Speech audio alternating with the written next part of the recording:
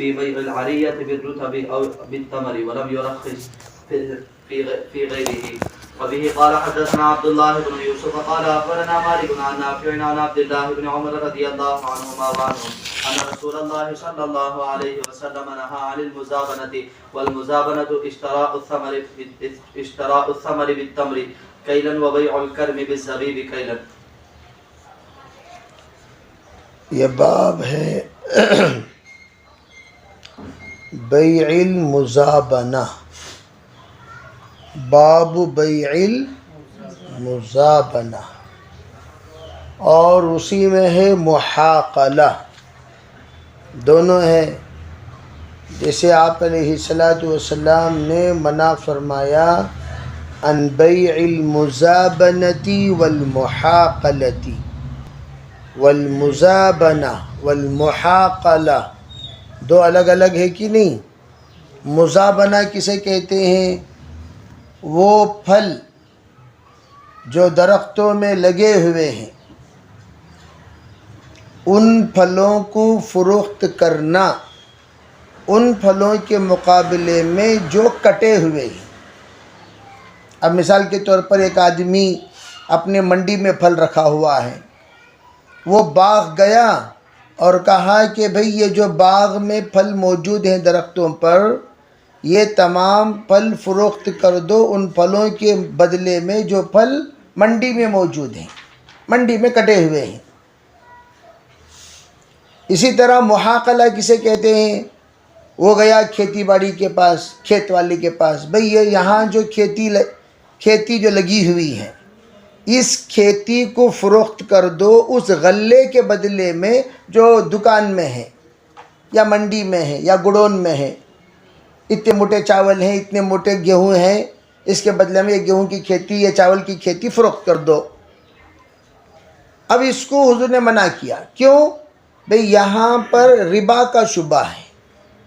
ہو سکتا ہے اندازہ یہ کہ اب دیکھ رہے ہیں بھئی اتنا پھل ہوگا، اور یہ اندازہ لگا کر یہ جو پھل ہیں کٹے ہوئے اسے آپ فروخت کر رہے ہیں.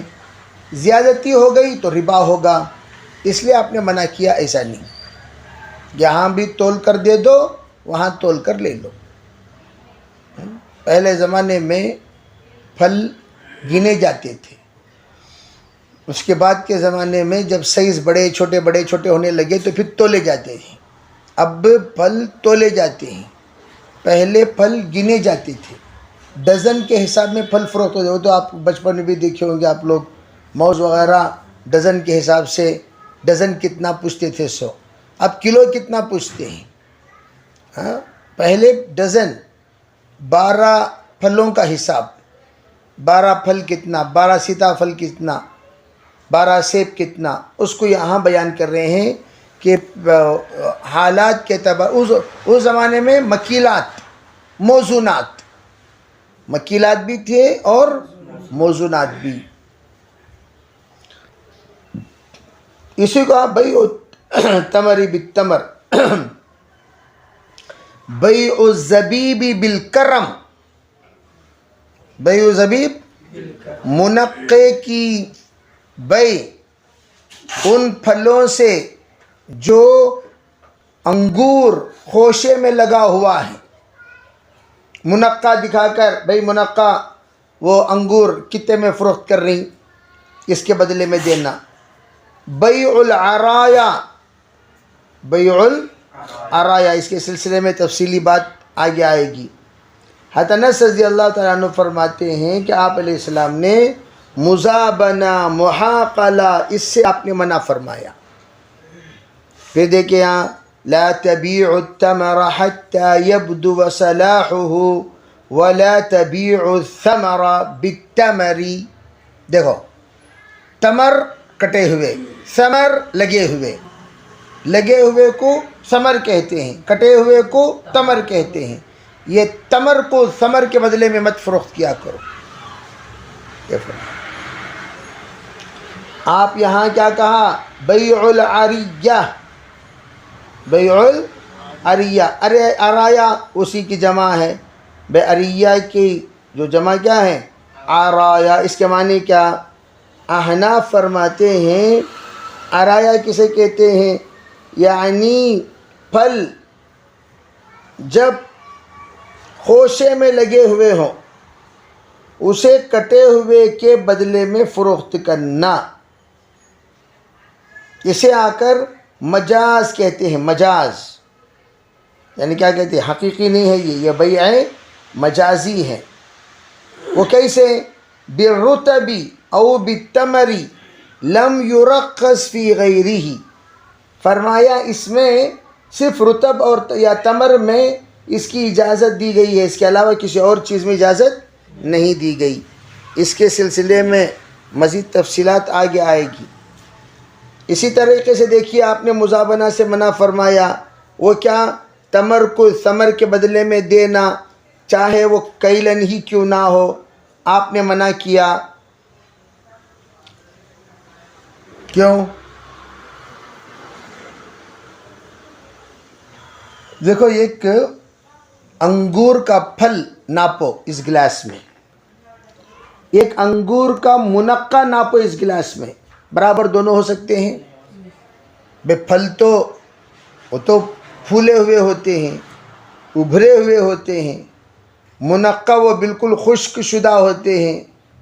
تو یہ تر اور وہ خشک، رطب یابس، رطب یابس، رطب کو یابس کے بدلے میں فروخت نہیں کیا جا سکتا۔ اس کو یہاں کہا کہ رطب اور یابس کو فروخت نہیں کیا جا سکتا۔ بیع الکرم بالزبیب کیلن، اس سے حضور نے منع فرمایا۔ اسی طرح اچھا کھجور میں اتنا زیادہ فرق محسوس نہیں ہوتا، کھجور میں اتنا زیادہ فرق محسوس نہیں ہوتا، لیکن عنب میں، عنب اس میں بہت زیادہ محسوس ہوتا ہے۔ یہ تو منقع اتنے ہو جاتے ہیں سوکھنے کے بعد، اور گول گول اتنے بڑے ہوتے ہیں، تو دونوں میں کافی فرق ہو جاتا ہے، یہ بتایا۔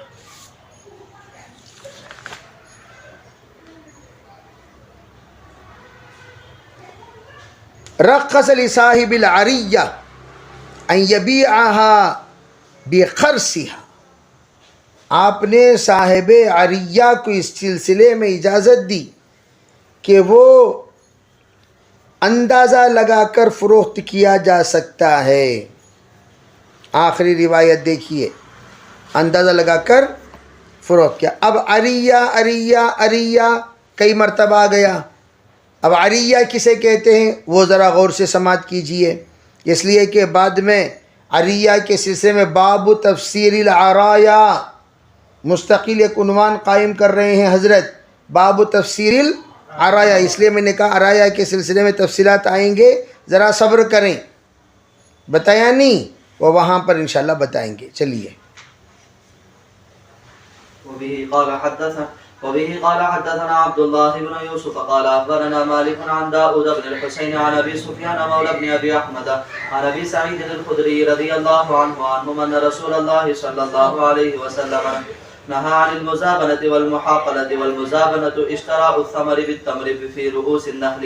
وبه قال حدثنا مسدد قال حدثنا أبو معاوية عن الشيباني عن إكرمة عن ابن عباس رضي الله عنهما وعنهم قال نهى النبي صلى الله عليه وسلم عن المحاقلة والمزابنة.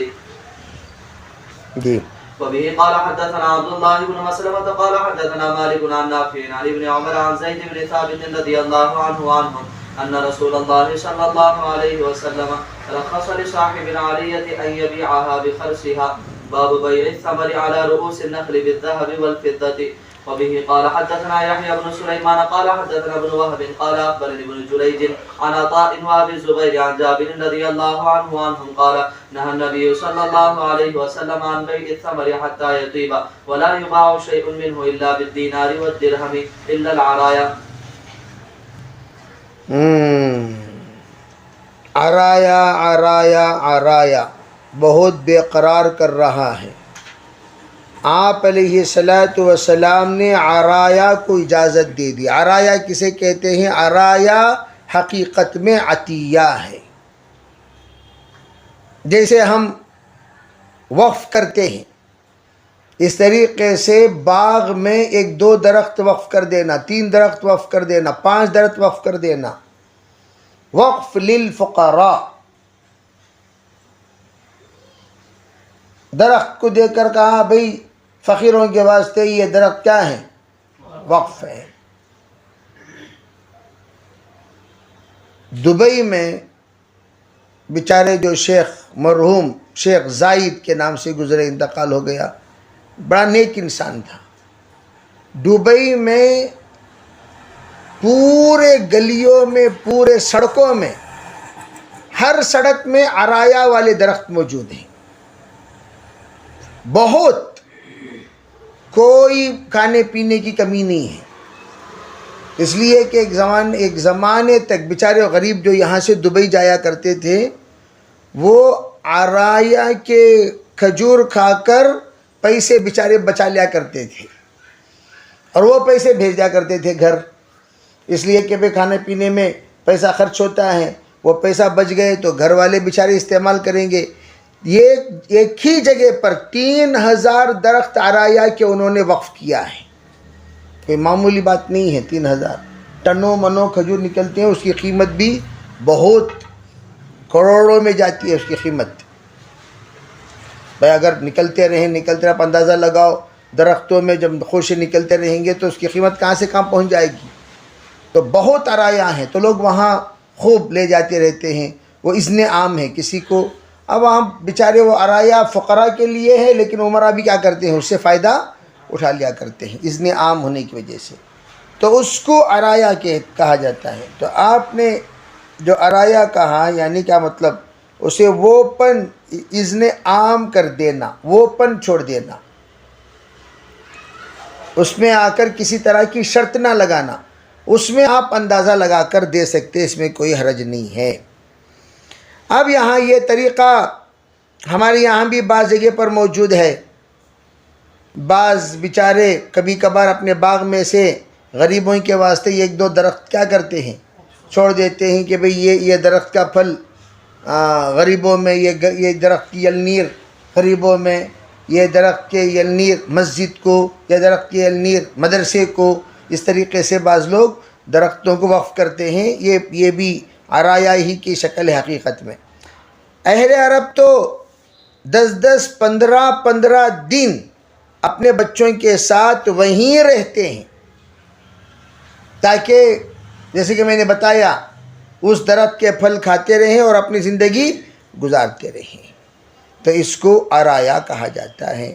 آپ صلی اللہ علیہ وسلم نے عرایا میں رخصت عطا فرمائی۔ جی وبه قال حدثنا عبد الله بن عبد الوهاب قال سمعت مالكا وسأله عبيد الله بن الربيع أحدثك داود عن أبي سفيان عن أبي هريرة رضي الله عنهم أن النبي صلى الله عليه وسلم رخص في بيع العرايا في 5 أوسق أو دون 5 أوسق قال نعم وبه قال حدثنا علي بن عبد الله قال حدثنا یعنی اگر کوئی بیچارہ غریب وہ کھجوروں کو جمع کر کے ایک ڈبے میں ڈال کر کھڑا ہو گیا، 2 درہم 5 درہم 10 درہم بول لے کر، کوئی آیا بھائی اس کے پاس 10 درہم دے کر عرایا لے کر چلا گیا، تو لے جا سکتا ہے، اس میں کوئی حرج۔ دیکھو یہاں پر ایک مسئلہ ہمارا امام صاحب رحمۃ اللہ علیہ نے جو کہا تھا زکوٰۃ کے سلسلے میں، وہ یہ کہا تھا کہ اگر کوئی بندہ زکوٰۃ دے تو فقیر کو جس چیز کی ضرورت ہے وہ دے، کھمبی کی زکوٰۃ کھمبی ہی نہ نکالے، کھمبی نکال لیں گے، کھمبیاں تقسیم کرے ہوئے لے بھائی، ٹکڑے کھمبیاں دیا لے بھائی کھمبیاں کیا کریں گے بھائی، کہاں رکھ لیں گے اس کو بتائیے بھائی، وہ کھمبی رکھ کر کریں گے کیا، کوئی بھی کام آنے کی چیز تو نہیں ہے۔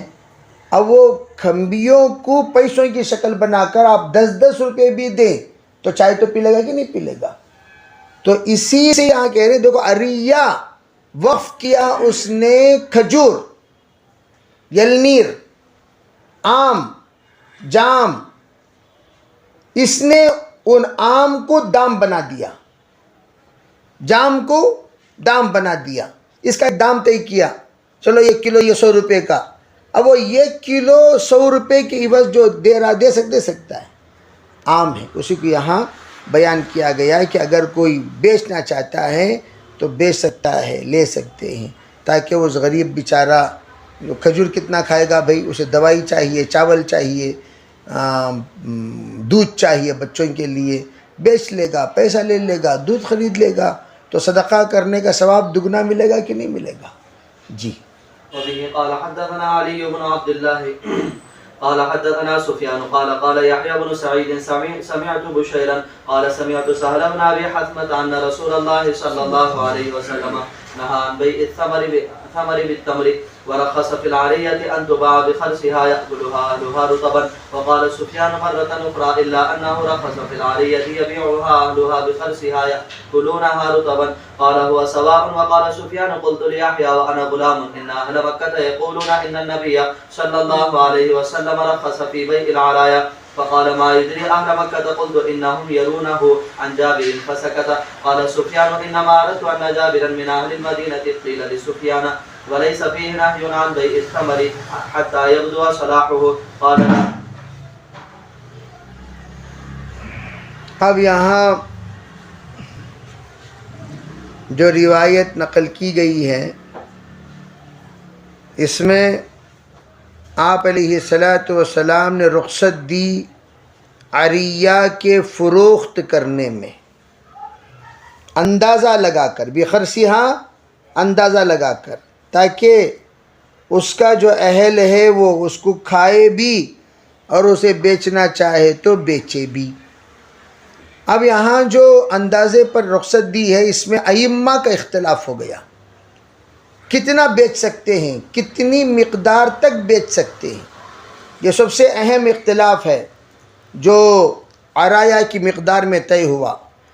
اس سلسلے میں فرماتے ہیں امام شافعی، امام احمد بن حنبل علیہ رحمہ 5 وسق تک اجازت ہے، 5 وسق تک اجازت ہے، اور اسے فروخت کرے، پیسہ بنا لے. امام شاہ رحمۃ اللہ علیہ فرماتے ہیں کہ آپ علیہ الصلاۃ والسلام نے معری کو یہ حق ہے کہ وہ اپنے ہبہ کو واپس لے لے. اس لیے اگر وہ بیچارہ واپس لینے کا حق رکھتا ہے تو اس کے بدلے میں ٹوٹے ہوئے پھل دے دے. مثال کے طور پر اس نے کہا بھئی یہ جو درخت پر ہے یہ مت توڑو، یہ رہنے دو میرے پاس، یہ کھجور ٹوٹے ہوئے ہیں یہ لے لو. بھئی آپ چڑھ کر توڑنے کے بجائے جو ٹوٹے ہوئے پھل ہیں اسے کیا کرو، لے لو. جب اس نے اس بات کی اجازت دیا کہ ٹوٹے ہوئے پھل لے لیں تو فرماتے ہیں پھر جس مصلحت کی وجہ سے اجازت تھی وہ کہاں باقی رہتی، وہ تو پھر وہی مصیبت دوبارہ لوٹ کر آئی. یعنی غریبوں کو پھل کے ذریعے سے ان کی بھوک مٹانا اصل مقصود تھا. اگر آپ نے واپس لینے کی اجازت اگر دے دیتے ہیں، یعنی اس کی شکل بدل کر وہ پھل جو درخت پر ہیں اس کے بدلے میں کٹے ہوئے پھل دینے کی آپ اجازت دے دیتے ہیں، تو اگر یہ لوگ بھوک مٹانے کے بجائے فروخت کر دیے، پیسہ بنا لیے، تو جس مقصد سے عرایا کیا گیا کوئی بھی میرے علاقے میں بھوکا نہ سوئے، یہی اصل مقصد ہوتا ہے. شیخ زائد کا بھی یہی مقصد تھا، دبئی میں کوئی بھوکا نہ سوئیں. جتنے نوکر لوگ آتے ہیں چاہے ان کو مزدوری ملے یا نہ ملے، کم از کم کھجور کھا کر پانی پی کر سیراب ہو کر سویا کریں، کوئی بھی بھوکا نہ سوئیں. یہی مقصد تھا اس بندے کا. تو پھر وہ مقصد کہاں سے پورا ہوگا؟ اگر آپ بیچنے کی اجازت دے دیے مقصد کہاں سے پورا ہوگا؟ تو وہ مقصد تو جاتا رہا. تو معلوم یہ ہوا پھر اس بیچارے کا حال وہی خراب جو ہے وہ خراب ہی رہا. اس لیے امام صاحب رحمۃ اللہ فرماتے ہیں بیچنے کی اجازت نہیں، بیچنے کی اجازت نہیں. مالکیہ بھی قریب قریب یہی بات فرماتے ہیں. اور یہ جو بیع ہے، امام مالک رحمۃ اللہ علیہ فرماتے ہیں یہ جو بیع حقیقتاً مگر مالک ہی اس بیع کا حقدار ہوتا ہے. اس لیے یہ حضرات فرماتے ہیں کہ اجازت بیع فقراء یہ رعایت کی وجہ سے دی گئی ہے. یہ بار بار 2-4 پھل کے لیے روز کہاں دوڑ کر آئے گا، اپنا ایک بار بیچ کر کھاتا رہے. یہ فرماتے ہیں. کیا مطلب یہ ہے کہ بھئی یہ 2 پھل اگر کہ کوئی بیچارہ آ رہا ہے، توڑ رہا ہے، کھا رہا ہے، بار بار آنا درخت پر چڑھنا کوئی معمولی کام نہیں ہے، بہت بڑا کام ہے، تو اس کے لیے فرمانے لگے کہ کام کرو کہ یہ بیچارہ پھل ایک مرتبہ توڑ لے، توڑنے کے بعد اگر رکھے گا تو پھر خراب ہو جائے گا، تو یہ کرے تو کیا کرے، 100 میں سے ایک 10 پھل 15 پھل 20 پھل نکال لیا کھانے کے لیے، 80 پھل فروخت کر دیا، پیسہ آ گیا، پیسہ رکھ لے، کل بھوک لگے گی پیسہ دے کر کھانا لے کر کھا لے، پھر بھوک لگے گی پیسہ دے کر کھانا لے کر کھا لے. جس وجہ سے عرایا کیا گیا یعنی وقف کیا گیا تاکہ بھوکا نہ سوئے، تو یہ بندہ اگر بھوک کو مٹانے کے لیے وہ پیسہ استعمال کرتا ہے تو ایک اعتبار سے جائز ہے، ایک اعتبار سے جائز. یہ ہے تفصیلات اس کے، سمجھے بھئی؟ یعنی کیا مطلب، اگر کوئی بیچ رہا ہے، بیچنا بولے تو بیچ کر کوٹرا لے لیا، سامان لے لیا، ہنڈی لے لیا، باسن لے لیا، یہ نہیں، کھانا لے، مقصد وہی ہے، کھانا لے کر کھا لے. ہر درخت پر چڑھنے طاقت بھی تو ہونا نہیں تھی. اب میرے بھوکا ہو کو آیا، آلریڈی چکر آ رہی ہے، درخت پر چڑھا تو شہید نہیں ہو جائے گا؟ ارے ہو جائے گا، نہیں ہو جائے گا. کھجور کے درخت پر چڑھنا بھی تو کار دار ہے. اب اوپر چڑھے گا تو کچھ ہو گیا تو، اس لیے فرماتے ہیں ٹھیک ہے کھانے کے واسطے رکھ لو پیسہ. ٹھیک ہے جی. باب تفسير العرايا. وقال مالك العرية أن يعلي الرجل النخلة ثم يتأذى بدخوله عليه فرخص له أن يشتريها منه بتمر. وقال ابن إدريس لا تكون إلا بالكيل من التمر يدا بيد ولا تكون بالجزاف. ومما يقويه قول سهل بن أبي حكمة بالأوسط الموسقة. وقال ابن إسحاق في حديثه عن نافع عن ابن عمر رضي الله عنهما وعنهم كانت العرايا أن يعلي الرجل في ماله النخلة والنخلتين. وقال يزيد عن سفيان بن حسين العرايا نخل كانت توهب للمساكين فلا يستطيعون أن ينتظروا بها، رخص لهم أن يبيعوها بما شاءوا من التمر. وبه قال حدثنا محمد هو ابن مقاتل قال حدثنا عبد الله قال أخبرنا موسى بن عقبة عن نافع عن ابن عمر رضي الله عنهما عن زيد بن ثابت رضي الله عنه وعنهم أن رسول الله صلى الله عليه وسلم رخص في العرايا أن تباع بخرصها كيلا. قال موسى بن عقبة والعرايا نخلات معلومات يأتيها فيشتريها. معلومات متعین مقدار، یا کر ان کی وضاحت ہے کہ جو انہوں نے کہا 5 وسق کے اندر اندر ہونی چاہیے، تو 5 وسق کے اندر اندر ہوں گے، اسے آ کر آئے اور آ کر وہ خرید کر لے جائے. گویا ان لمیٹڈ نہیں بلکہ لمیٹڈ یہ کہا گیا. جی.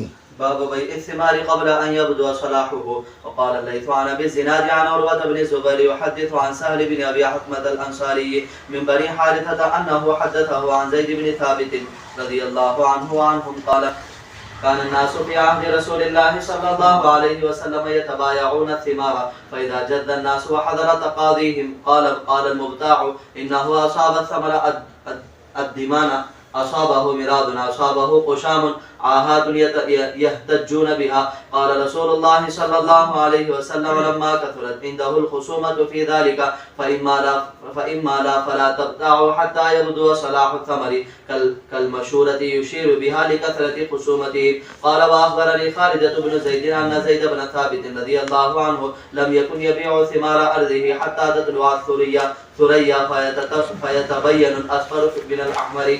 قال أبو عبد الله ورواه علي بن بحر قال حدثنا حكام قال حدثنا أنبسة عن زكريا عن أبي الزناد عن عروة عن سهل عن زيد رضي الله عنه. یہ بھی ایک مشہور مسئلہ ہے، بیع الثمار قبل ان یبدو صلاحها، پھل اپنے کمال تک پہنچنے سے پہلے فروخت کر دینا، جس کو کہتے ہیں پنجا یا پنجو، اسی میں فروخت کر دینا۔ پھول کے بعد پنجو آئے، پنجا آیا، پنجا چھوٹے چھوٹے، ابھی یہ بڑے ہوں گے، ابھی یہ چھوٹے چھوٹے پھول کے بعد پھل لگنا شروع ہوئے، ابھی بچوں ہیں سب کے سب۔ اب اس سے پہلے دیکھا، اندازہ لگایا، اوہ کافی پھل لگے ہوئے ہیں، بھائی اسے فروخت کر دو، جب پھلیں گے پھولیں گے تو ہم لے لیں گے۔ یہ کہہ کر کیا کر دیا اس نے، بیع کر لیا، لے لیا۔ اب اس سلسلے میں دو عجیب بات، بعضوں نے کہا اجماعاً یہ فرمایا یہ جائز نہیں ہے، لیکن یہ بھی غلط ہے۔ اسی طرح بعضوں نے فرمایا اجماعاً یہ بالکل جائز ہے، لیکن یہ بھی غلط ہے۔ حقیقت کیا ہے؟ حقیقت یہ ہے کہ بعض کے نزدیک مطلقاً جائز ہے، ائمہ ثلاثہ کے نزدیک اگر قطع کی شرط کی جائے تو جائز، یعنی کیا مطلب، توڑ کر دو، اس شرط پر کی جائے تو جائز، اگر قطع کی شرط نہ ہو تو ناجائز، اگر قطع کی شرط نہیں ہے تو ناجائز۔ احناف کے نزدیک فوراً کاٹ لیا جائے تو جائز، اگر فوراً نہ کاٹے جائیں تو پھر ناجائز۔ بات سمجھ میں، جسے کہتے ہیں خیار شرط، مجلس کے افتراق سے پہلے مبیع حاضر ہو جانا، بھئی کتنا ہے، کاٹو کو دیا لو، جائز۔ ہو سکتا ہے بعض لوگوں کے لیے بیبی کارن، جس طریقے سے بھٹا ہوتا ہے، بھٹے میں بیبی بھٹے ہوتے تھے چھوٹے چھوٹے چھوٹے، وہ بیبی بھٹے بھی بعض لوگ خریدنے کے لیے جاتے ہیں۔ بھٹا تو بڑا ہوتا ہے نا بھائی، یہ چھوٹے چھوٹے جب ہوتے ہیں اسی وقت بیبی کارن کہتے ہیں اس کی قیمت الگ ہے مستقل، تو قبل صلاحها باقاعدہ اس کو کاٹ لیا جاتا ہے، بیبی کارن چھوٹے چھوٹے ہوتے ہیں۔ اسی طریقے سے بعض پھلوں کی جو ٹیسٹی ہے وہ اسمال میں ہے، چھوٹے میں ہے، جیسے اجوا کھجور بڑے ہو جانے پر اتنا زیادہ مقوی نہیں ہے جتنے چھوٹے ہونے پر مقوی ہے۔ اجوا کھجور آپ دونوں سائز دیکھے ہوں گے، بڑے بڑے بھی ہوں گے، چھوٹے چھوٹے بھی ہوں گے، چھوٹے زیادہ مقوی ہیں اور چھوٹے زیادہ مؤثر ہیں۔ تب اطباء چھوٹے کی زیادہ ترغیب دیتے ہیں کہ چھوٹے پھل لے کر کھا، وہ ناٹی پھل ہوتا ہے۔ اسی طریقے سے موز میں بھی چھوٹے چھوٹے موز ہمیشہ قیمت زیادہ ہوتے ہیں، صحت زیادہ، جتنے بڑے ہوں گے اتنی صحت کم، اور ناٹی جتنی چیزیں ہوتی ہیں آرگینکس وہ سب چھوٹے چھوٹے ہوں گے، آپ کو بڑے بڑے نہیں ملیں گے۔ تو یہاں اسی بات کی طرف اشارہ کیا۔ جی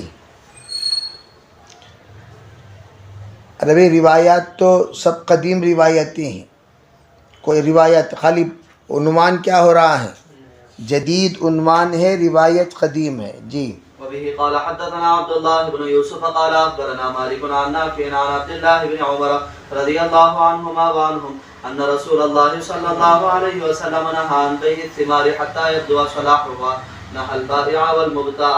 وبه قال حدثنا ابن مقاتل قال أخبرنا عبد الله قال أخبرنا حميد الطويل عن أنس بن مالك رضي الله عنه وعنهم أن رسول الله صلى الله عليه وسلم نهى أن تباع ثمرة النخل حتى تزهو.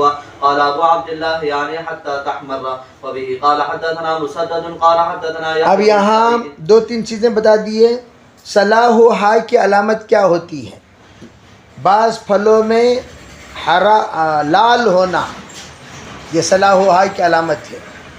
بعض پھلوں میں لال ہونا صلاح و حال کی علامت ہے.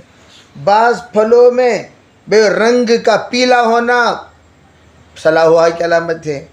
بعض پھلوں میں چتکبرا ہونا صلاح و حال کی علامت ہے.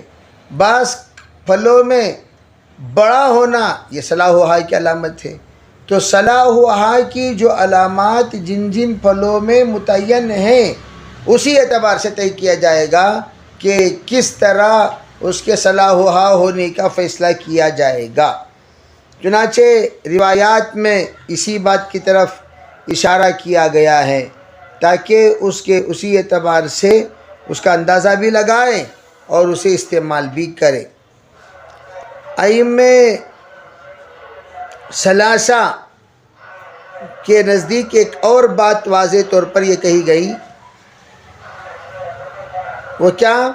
یوں فرمایا اگر شرط پر بیع کرے کہ فوراً کاٹ لوں گا تو جائز ہے، چاہے بعد میں قطع نہ کرے.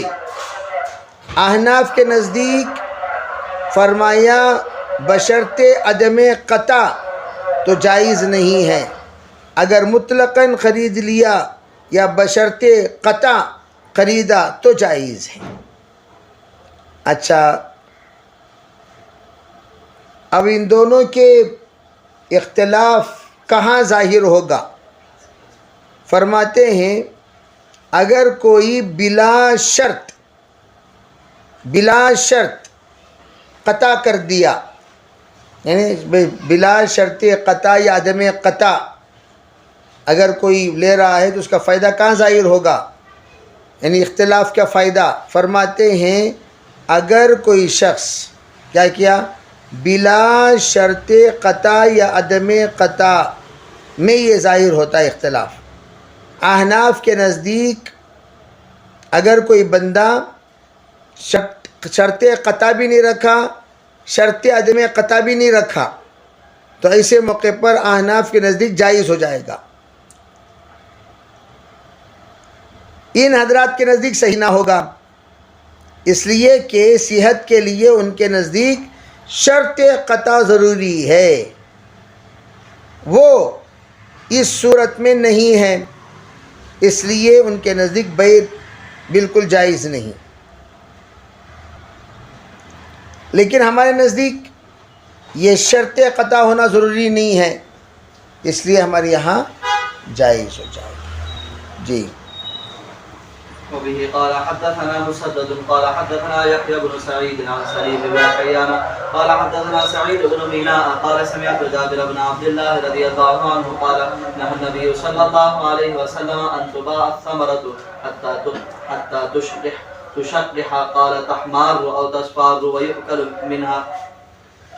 جی. باب بيع النخل قبل ان يبدو صلاحها. وبه قال حدثنا علي بن الحيثم قال حدثنا معل بن منصور الرازي قال حدثنا هشيم قال اخبرنا حميد قال حدثنا انس بن مالك رضي الله عنه عن النبي صلى الله عليه وسلم انه نهى عن بيع الثمرة حتى يبدو صلاحها وعن النخل حتى تزهو. قيل وما تزهو؟ قال تحمار او تصفار. قال ابو عبد الله كتبت انا عن معل بن منصور الا اني لم اكتب هذا الحديث عنه. یہ تخصیص بعد التعمیم ہے، مضمون تو وہی ہے. جی. باب اذا باع الثمار قبل ان يبدو صلاحها ثم اصابته عاهة فهو من البائع. وبه قال حدثنا عبد الله بن يوسف قال اخبرنا مالك عن حميد عن انس رضي الله عنه ان رسول الله صلى الله عليه وسلم نهى عن بيع الثمار حتى تزهي. فقيل له وما تزهي؟ قال حتى تحمر. فقال رسول الله صلى الله عليه وسلم ارايت ان منع الله الثمرة بما ياخذ احدكم مال اخيه. یہ امام زہری رحمۃ اللہ علیہ کا مذہب ہے، اور یہی امام بخاری رحمۃ اللہ علیہ کا بھی میلان ہے. جمہور کے نزدیک قبض پر محمول ہے، یعنی جس کا قبضہ ہوگا اس کا مال ہوگا، جس کا قبضہ نہیں ہوگا اس کا مال نہیں ہوگا، یہ فرمایا. تو اس لیے باب کیا قائم کیا؟ اذا باع الثمار، قبل ان يبدو صلاحها ثم اصابته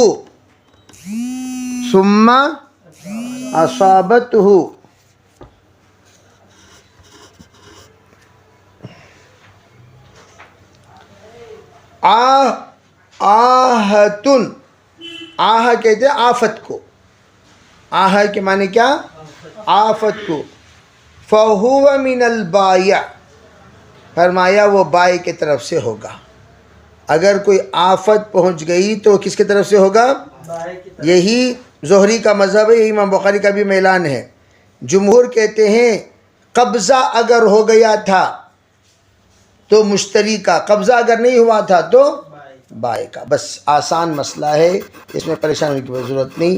بس اتنا، وہ پہلی روایتیں جو گزری اور یہ روایتوں میں سمار کا ذکر ہے. درمیان میں جو روایت آئی وہاں نخل یعنی پھل مراد نہیں ہے، یہاں پر درختوں پر پھل مراد ہے، اس کو واضح کر دیا گیا. جی. وقال الليث قال حدثني يونس عن ابن شهاب قال لو أن رجلا ابتاع ثمرا قبل أن يبدو صلاحه ثم أصابته عاهة كان ما أصابه على ربه. أخبرني سالم بن عبد الله عن ابن عمر رضي الله عنهما أن رسول الله صلى الله عليه وسلم قال لا تبتاعوا الثمر حتى يبدو صلاحها ولا تبيعوا الثمر بالتمر. جی. باب شراء الطعام إلى أجل. وبه قال حدثنا عمر بن حفص بن غياث قال حدثنا أبي قال حدثنا الأعمش قال ذكرنا عند إبراهيم الرهن في السلف فقال لا بأس به. ثم حدثنا عن الأسود عن عائشة رضي الله عنها أن النبي صلى الله عليه وسلم اشترى طعاما من يهودي إلى أجل ورهنه درعه. یہ کسی وقت موقت کے لیے غلہ لینا رہن رکھ کر یہ جائز ہے، اس میں کوئی حرج نہیں ہے، آپ نے ایسا کیا. جی. باب اذا اراد بيع تمر بتمر خير منه.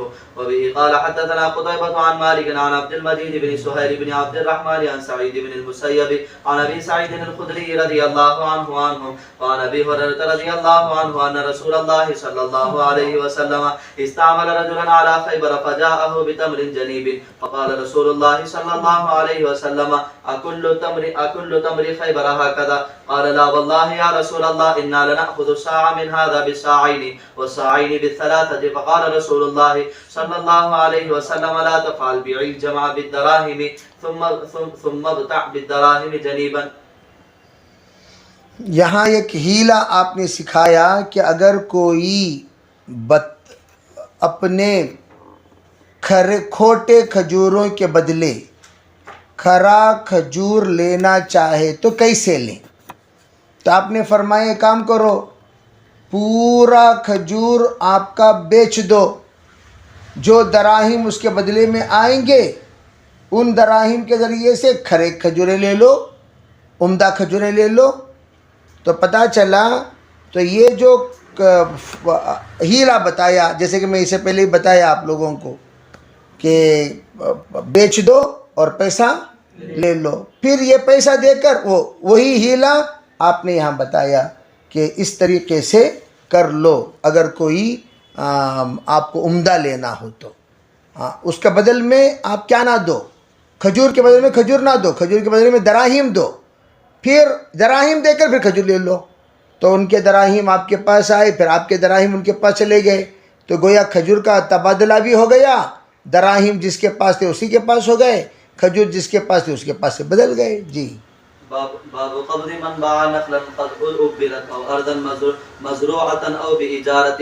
قال أبو عبد الله وقال لي إبراهيم قال حدثنا هشام قال أخبرنا ابن جريج سمعت ابن أبي مليكة يخبر عن نافع مولى ابن عمر رضي الله عنهما وعنهم أيما نخل بيعت قد أبرت لم يذكر الثمر فالثمر للذي أبرها وكذلك العبد والحرث سمى له نافع هؤلاء الثلاثة. وبه قال حدثنا عبد الله بن يوسف قال أخبرنا مالك عن نافع عن عبد الله بن عمر رضي الله عنهما وعنهم أن رسول الله صلى الله عليه وسلم قال من باع نخلا قد أبرت فثمرها للبائع إلا أن يشترط المبتاع.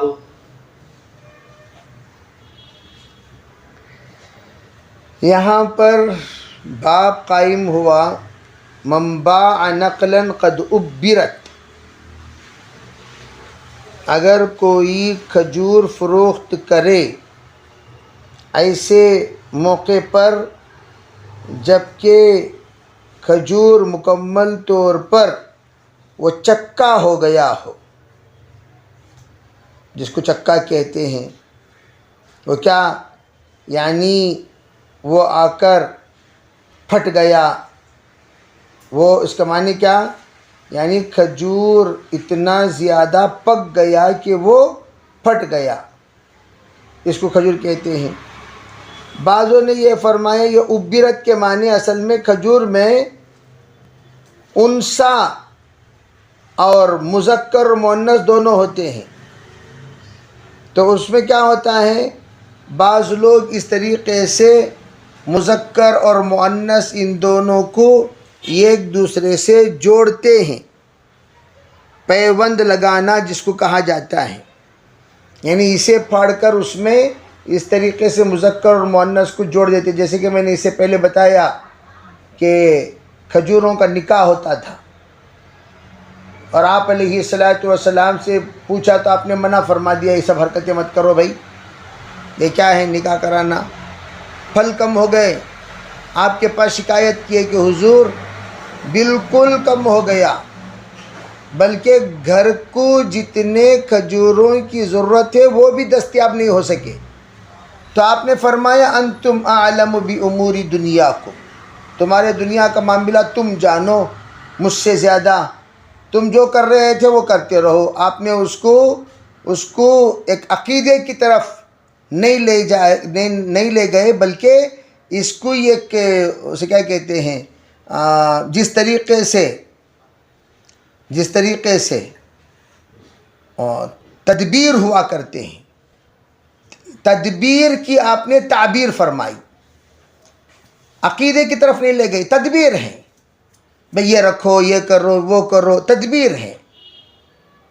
کل ہی ایک صاحب ملے، کہنے لگے ایک عجیب معاملہ ہے حضرت، ہم ایک دوا دیتے ہیں، وہ ایک لا علاج بیماری بندے کے اندر پیدا ہوتی ہے، وہ جان لیوا ہوتی ہے، پورا بدن تن من آگ لگ جاتی ہے بدن میں، تو وہ آگ جب لگ جائے تو کہنے لگے کہ اس کا تیسرا سٹیج پر جب یہ بیماری پہنچ جاتی ہے اس وقت علاج نہیں چلتا، وہ کچھ کہہ رہے تھے اس طرح۔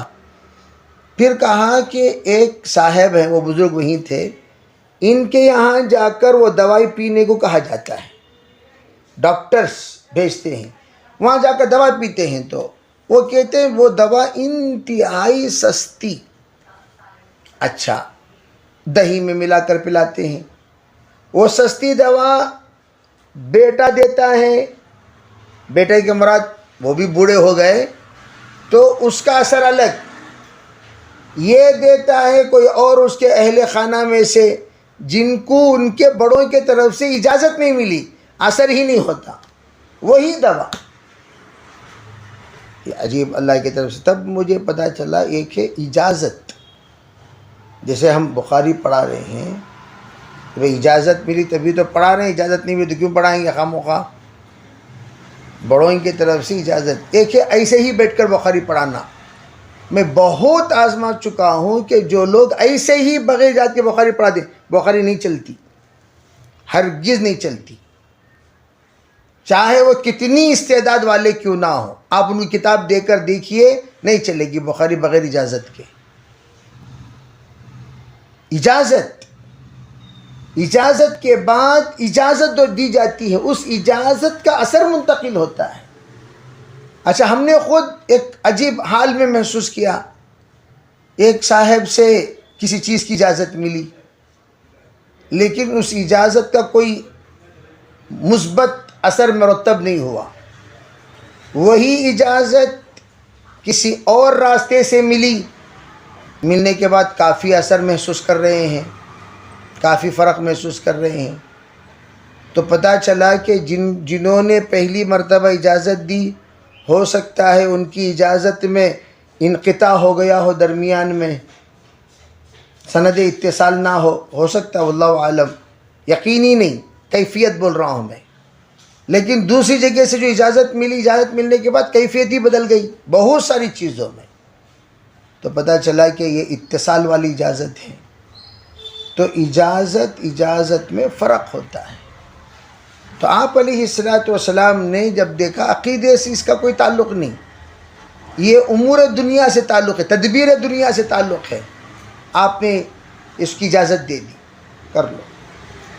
تو وہی یہاں ابرت او اردن مزروعتن او ایجارت او بإجارت، اگر کوئی بندہ قبضہ کر لے یا فروخت کرے ایسا درخت جس کا نکاح ہوا ہو یا زمین جو بوئی گئی ہو یا اجارے میں لے، تو اس کا حکم کیا ہے؟ اس کا حکم یہاں بیان کر رہے ہیں. فرمایا کوئی بھی درخت فروخت کرے بیعت قد ابرت، جس کی تعبیر کر دی گئی ہو، عین سے تعبیر نہیں بلکہ الف سے تعبیر کر دی گئی. تعبیر تو وہی نکاح میں آپ کو سمجھانے کے لیے بول رہا ہوں، نکاح وقاع نہیں بولنا چاہیے اس کو. ارے بھئی وہ اسے کہتے تدبیر کی گئی ہو، تعبیر والی تدبیر کی گئی ہو. بھئی الفاظ تھوڑا سا آپ بدل لیں اس کو. تو فرماتے لم یذکر الثمر، پھلوں کا ذکر نہیں ہوا، تو فالثمر للذی ابرا، فرمایا بھئی درخت فروخت کیا ہوں، یہ جو کنیکشن کا جو نتیجہ ہے وہ نتیجہ مجھے ملے گا، درخت بعد میں تم لے لینا، بعد میں تمہیں کنیکشن دے لیو، نیگیٹیو پازیٹیو کو ملا لیجئے جی، پلس مائنس آپ کیا کر لیجئے. اب یہی ویلڈنگ کرتے ہیں آپ، ویلڈنگ کرنے سے پہلے ہی وہاں کنیکٹنگ دیتے ہیں، کنیکٹنگ کے بعد یہ ویلڈنگ ہوتا ہے. یہ کنیکٹنگ کے بغیر یہ ویلڈنگ نہیں ہوتا. کیوں بھائی؟ یہ پلس مائنس ان دونوں کے درمیان کا جوڑ ہے. ادھر آپ نیگیٹو اس کو بھی جوڑ رہے ہیں، پلس کو بھی جوڑ رہے ہیں، اور ادھر مائنس کو جوڑ رہے ہیں اور ادھر پلس کو جوڑ رہے ہیں، تب جا کر یہاں حرکت ہوتی ہے. بات سمجھ رہے ہیں؟ اسی طرح میل فیمیل، وَخَلَقْنَا كُلَّ شَيْءٍ زَوْجَيْنِ اثْنَيْنِ، ہم نے جوڑے ہی بنائے، جوڑے کے بغیر کام نہیں ہو سکتا. یہ جوڑا من جانب اللہ طے کردہ جوڑا ہے. وہ جوڑا جڑے گا کب؟ یہ بھی طے شدہ ہے. عرفات روزہ عرفات، یہ جوڑا جڑے گا کب؟ کہاں طے ہیں؟ عرفات. جدا ہوگا کب؟ عرفات. یہ تو اللہ تعالیٰ کی طرف سے طے ہے، تو اس کو ہم کچھ نہیں کر سکتے. تو یہاں اس کو کہا کہ وہ دے دے گا یہ. وَكَذَلِكَ الْعَبْدُ وَالْحَرْثُ سَمَّى لَهُ نَافِعٌ، هَؤُلَاءِ ثَلَاث، نافع نے اس کا باقاعدہ نام متعین فرمایا کہ درخت بھی شامل ہے، غلام بھی شامل ہے. اس کے بعد غلام کو آپ فروخت کر رہے ہیں، فروخت کرتے وقت غلام کیا کیا خدمت کرے گا اس کو اٹھا چلی جاتی ہیں کیا؟ اے ٹکو بھائی، غلام ایک ایٹم اپنے ذمے یہ کرا کو دے تم بول کر لیا ہے. پہلے یہ تمام کام ہونے کے بعد میں غلام آپ لے کر جائیے. آپ لے کر چلے گیا، ادھورا کام اس کا شروع کیا ہوا رہ گیا، پھر اس کی تکمیل کرے گا کون؟ اسی طریقے سے درخت میں بھی جو پھل لگا ہوا ہے وہ سب ایک مرتبہ اس کی کٹائی ہو جائے، کٹائی ہونے کے بعد آپ اس کو کرائے پر دے سکتے ہیں. ارے بھائی جس کرائے پر جو دیے وہ تو کٹائی کی وجہ سے تو دیے بھئی، یہ وہ کٹائی نہیں ہوئی اس سے پہلے کرائے پر دے دیے، تو پھر وہ پھل جائے گا کہاں؟ غلہ کس کو جائے گا؟ تو غلہ لینے کے بعد اس کی ترتیب بتائے جائے. جی اب یہاں ائمہ کا ایک چھوٹا سا اختلاف ہے. احناف یہ فرماتے ہیں کہ قبل التعبیر یا بعد التعبیر دونوں صورتوں میں بائے کا ہوگا. قبل التعبیر بعد التعبیر دونوں صورتوں میں کس کا ہوگا؟ بائے کا ہوگا. ہاں اگر تعبیر کے بعد بیچنے کی صورت میں مبتاع شرط لگا لے، بیچنے والا کیا کر لے؟ شرط لگا لے. تو پھر اس کا ہوگا، یعنی خریدنے والا، مبتاء کسے کہتے ہیں؟ مشتری. بائے مبتاء کسے کہتے ہیں؟ مشتری یہ شرط لگا لے بھئی آج سے یہ چیز میری، میں نے آپ کو اس کی قیمت دے دی، تو تب سے جا کر وہ چیز اس کی ہو جائے گی. ابن ابی لیلہ حنفیہ کے عکس فرماتے ہیں. ابن ابی لیلہ حنفیہ کے عکس فرماتے ہیں. جی. باب بيع الزرع بالطعام كيلا. وبه قال حدثنا قتيبة قال حدثنا الليث عن نافع عن ابن عمر رضي الله عنهما وعنهم قال نهى رسول الله صلى الله عليه وسلم عن المزابنة أن يبيع ثمر حائطه إن كان نخلا بتمر كيلا وإن كان كرما أن يبيعه بزبيب كيلا وإن كان زرعا أن يبيعه بكيل طعام. نهى عن ذلك كله. ائمہ ثلاثہ کی رائے یہ ہے اگر ان درختوں میں تعبیر ہو گئی ہو تو وہ پھل بائے کے ہوں گے، اگر تعبیر نہیں ہوئی تو وہ پھل مشتری کے ہوں گے. یہ ائمہ ثلاثہ کی رائے ہے، ائمہ ثلاثہ کی رائے ہے. جی سمجھے بھائی؟ یہ ائمہ ثلاثہ کی رائے جو میں نے کہا ہو گئی ہے تو بائے کی، نہیں ہوئی ہے تو مشتری کی. جی